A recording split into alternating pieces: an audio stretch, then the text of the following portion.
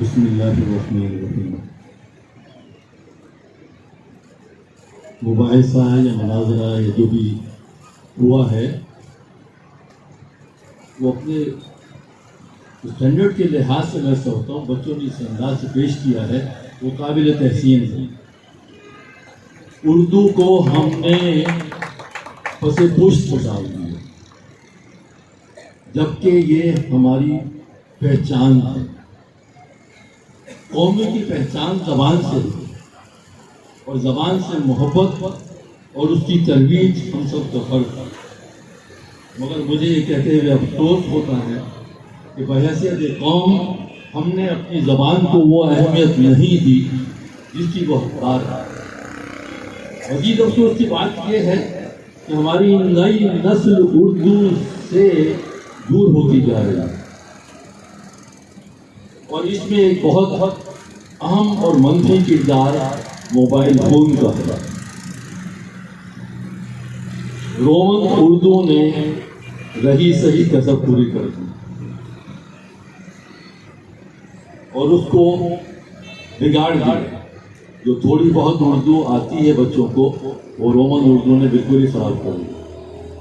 تعلیمی اداروں کا یہ فرض ہے کہ نئی نسل کو اردو کی اہمیت کا احساس دلائیں، انہیں مختلف طریقوں سے اردو کی طرف راغب کیا جائے، انہیں بتایا جائے کہ اردو ایک مکمل زبان ہے، سہاروں کی ضرورت نہیں ہے اردو کو، اس میں اتنی وسعت اور گہرائی ہے کہ وہ ہر مضمون کو بخوبی احاطہ کر سکتی ہے۔ شاید یہ حقیقت آپ سب کے لیے باعث حیرت ہوگی کہ غیر منقسم ہندوستان میں آج سے تقریباً 80-90 سال پہلے جامعہ عثمانیہ حیدرآباد میں ہر مضمون جن میں میڈیکل انجینئرنگ کے ہر شعبے شامل ہیں کی مکمل تدریس اردو میں کی جاتی تھی۔ پھر نہ جانے کیا ہوا، تقسیم کے بعد اردو سے ہم دور ہوتے چلے گئے اور اس کے نتیجہ یہ ہے کہ ہماری نئی نسل کو اردو کا مضمون ایک بوجھ لگنے لگا۔ انگلش کی بات کریں تو کوئی مسئلہ نہیں ہے، مگر اردو کی بات آتی ہے تو بچے بغلیں جھانکنے لگتے ہیں۔ اردو کا ایگزام ان کے لیے ایک بوجھ بن جاتا ہے۔ اردو کے الفاظ یا اردو کی گنتی بھی ان کو پوری طرح نہیں آتی۔ معمولی الفاظ اگر کہے جائیں جس میں ذرا سی دو مانگی ہو تو ان کی سمجھ میں نہیں آتی۔ یہ ہمارا المیہ ہے، ہمارے تعلیمی اداروں اور والدین کا دونوں کا ہی یہ فرض ہے کہ نئی نسل کو اردو کی طرف راغب کیا جائے اور اس کی اہمیت کا احساس دلایا جائے اور اس سلسلے میں ہماری عملی اقدام میں اٹھایا جائے۔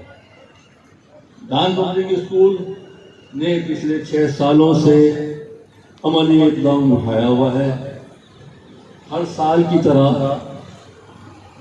آج کی تقریب ہماری اس طرف اس جانب ایک چھوٹی سی کاوش ہے، اردو کی ترویج کی جانب، اور تعلیمی اداروں سے میری یہ درخواست ہے جو تعلیمی ادارے یہاں آئے ہوئے ہیں ریپرزینٹ کر رہے ہیں، ان کے اساتذہ یہاں موجود ہیں، ان سے میری درخواست ہے کہ وہ اپنے اپنے تعلیمی اداروں میں اس طرز کی تقریبات کا زیادہ سے زیادہ اہتمام کریں، زیادہ سے زیادہ منعقد کی جائیں تاکہ بچے اردو کی طرف راغب ہوں۔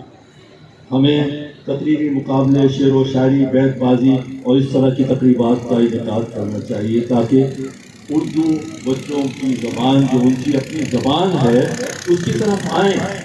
میں یہ نہیں کہتا کہ انگلش کو نہ سیکھا جائے، مگر انگلش کو اردو پر فوقیت نہیں دینی چاہیے۔